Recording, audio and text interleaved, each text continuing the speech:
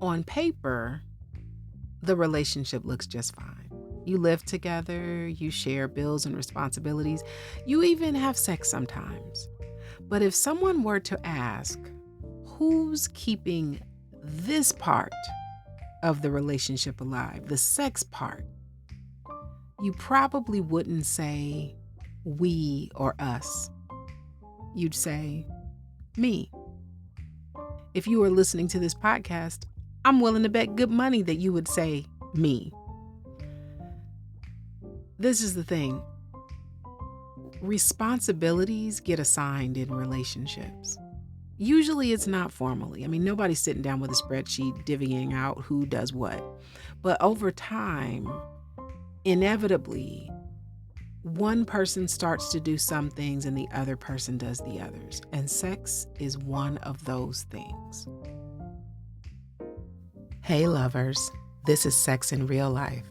Honest conversations about sex and relationships beyond 40. I'm your host, Stacey Herrera. One of you probably pays more attention. You notice when it's been a while, who is the initiator? Which one of you is willing to say, like, hey, I miss you? The other person, they just kind of lean back. It isn't because they don't care. They're just used to you taking care of it. And that might be okay at first. There's some ease to that, being the sex captain, the point person, the one who has a job that they didn't really apply for. But what does that do over time? Because sexual relationships don't do well when it's one person's job. And when I say sex here, I'm not just talking about the act itself. There is that, but I'm talking about the sense that there is this pulse between you. The part that feels like the connection is there. And that's not something that one person should be handling alone. It's something that both people should be tending to. Sex is something that takes two or more, not just in bed, but in how you think about it, how you talk about it, what you notice about it, how honest you're willing to be about it, or how honest you don't want to be about it. When one person is the one always paying attention, always initiating, something starts to shift inside of them because they're not feeling like a lover. They're just feeling like someone in charge. They're feeling like the groundskeeper. you know? If that's you, you know what I'm talking about. That's a very different feeling than partnership, because partnership, at least the way I think about it, has something to do with both people feeling like this is ours. We both have a hand on this. We are both accountable in our own way. And that doesn't mean there's a 50-50 split, because life doesn't work like that. It's not that neat. But one of you might have more desire for a while. One of you might be exhausted or depressed or in menopause or dealing with a health issue or, carrying some emotional shit. That's life. There are seasons where one person has more to give and seasons where they don't. But what I've noticed in stories that I hear, but also in my own life, is that the pain and the discomfort isn't about who wants sex more or less. It's usually about who feels alone with that. Alone in wanting or not wanting or noticing or worrying or doing the upkeep.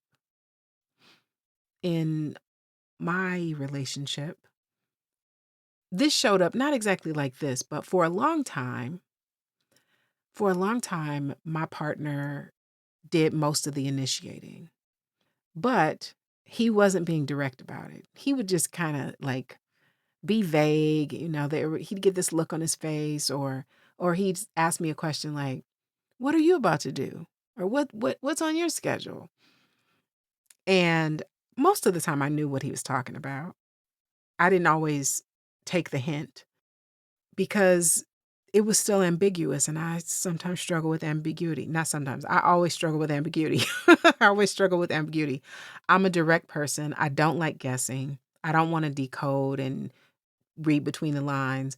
I really like it when someone is explicit about what it is that they want. So, I eventually said that. We had a conversation, and I was like, if you want something, you have to use your words. Even if it's blunt, like it's cool if you're like, "Hey, I'm feeling frisky," or "I'd love a blowjob."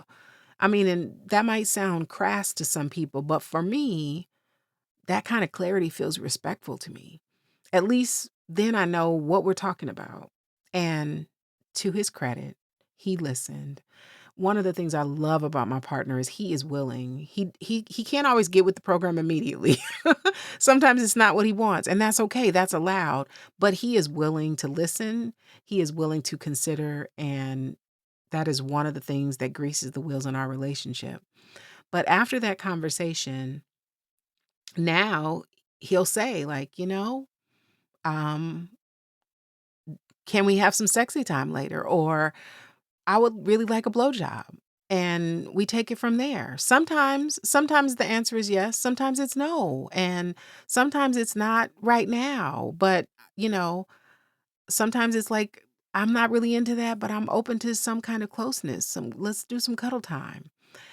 And so this has been such a game changer in our relationship. When we were unpacking that, the dynamic, the passive aggression, I don't know if it was aggression, it was just passive. But when we were unpacking that, we talked about it, and what was really happening for him is it wasn't that he was trying to consciously beat around the bush, but he was unconsciously trying to protect himself from rejection. But if he never asked, I could never say no. And that was kind of the unconscious logic. But, when we start talking about it, it's like, well, if you ask and I turn you down, you could see that as rejection. But if you beat around the bush and aren't direct and I don't pick up the hint, you still get the same outcome. So the risk was the same. Being direct means there's no gray area. So, now that we've had that conversation, there's a lot more openness, there's not any confusion. There's definitely no reading between the lines. And now we are sharing the risk, you know? Before, there was no clarity, so that meant that there was no clear answer, but now he is being direct, speaking it more plainly, and now things have shifted. We are both in it together. He took responsibility for asking. I take responsibility for being open and honest about whatever is going on with me. And then we are navigating that vulnerable space together. It doesn't even feel vulnerable anymore, at least not for me. So, one way to share responsibility for your sex life is to look at these kinds of things. So, because sometimes responsibility around sex is just being honest about it, like not just the act, but all the things that lead up to that. And sometimes, being responsible with your sex life together looks like being real about the act being off the table for a while, or if it's changed or if it needs to. I mean, because there's illness and there's surgery, and maybe someone's in treatment or getting over grief. And, sometimes our bodies are in the transition that make our nervous systems respond differently than they used to, or whatever. Like, there are so many seasons where your sex life isn't just about desire. Sometimes it's about capacity, you know? And in those moments, we have to both be responsible for talking about those things and not like forcing ourselves to push through or pretending that that there's not anything going on. Sometimes it looks like just telling the truth, like, hey, right now intercourse doesn't feel possible, or while I'm in recovery, I love the idea of having sex, but it feels like a little bit far away right now, or whatever. So instead of one person holding all of that, you talk about it together. Because if you're not having sex, as the act, it doesn't mean that you don't have a sex life. You still have the way that you touch each other or don't touch each other. If you sleep in the same bed, there's still that potential for intimacy. The way that you look at each other or avoid looking at each other, all of that is part of your sex life. And that means that both of you need to be involved in that.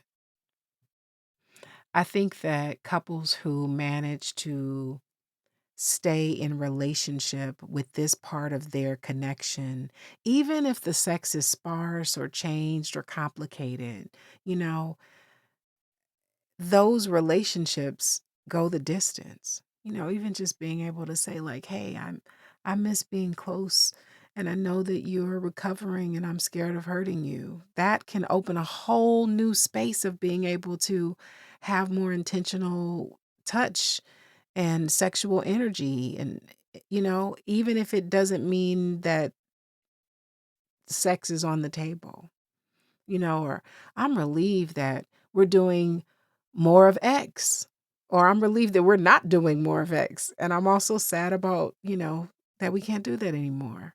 I mean, I'm not trying to give you tips here. I'm just giving you, an example of what that could look like because there are so many different ways that we connect sexually. And a lot of that, especially in this season of our lives, is really about being open and honest with ourselves and each other. Yeah. So to close this out, I'm just really inviting you to pay attention to how you are showing up for the sexual part of your connection in terms of who's taking responsibility for it. As a reminder that sex, in whatever form it is, exists for you, is part of a relationship that you both are in. And that needs to be tended to together. I hope that this, sometimes I go on these rants and it gets a little muddy. I hope I didn't.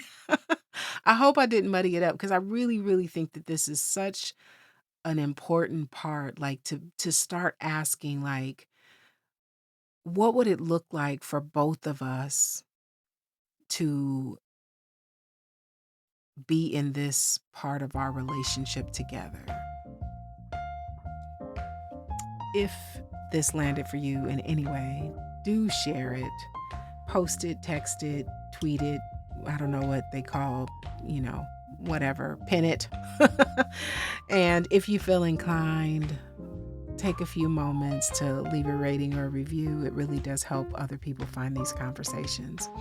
Next time I'm going to talk about something related. We are going to talk about how you can be in a relationship with a quote unquote good person and still not get your emotional needs met. Yeah, we're going there. Might be a little bit uncomfortable in these parts, but somebody's got to do it. I'll do it. Until then, take care. Ciao.